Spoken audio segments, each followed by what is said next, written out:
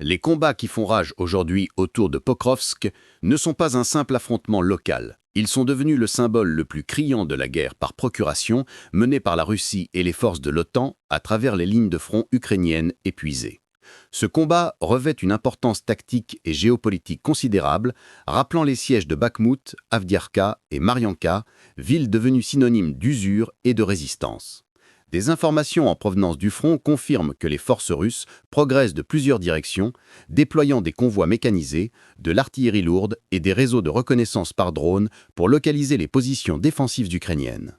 L'intensité des tirs suggère une tentative délibérée de resserrer l'encerclement, un lent resserrement visant à couper toutes les voies d'approvisionnement de la ville.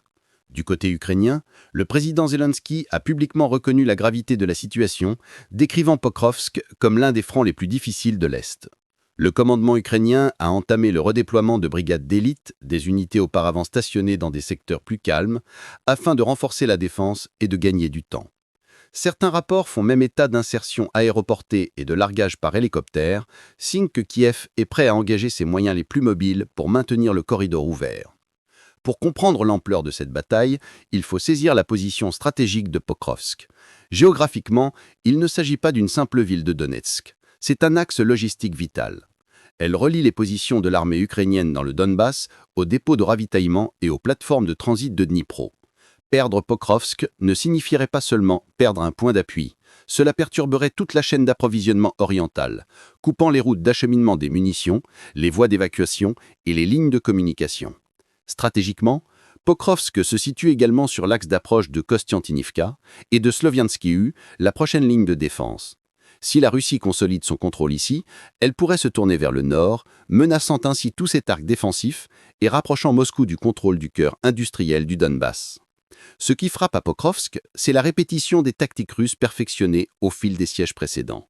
Vagues d'assauts d'infanterie appuyées par des tirs d'artillerie massifs, suivis de frappes ciblées par drones et d'offensives mécanisées à courte portée. Mais il y a aussi une évolution.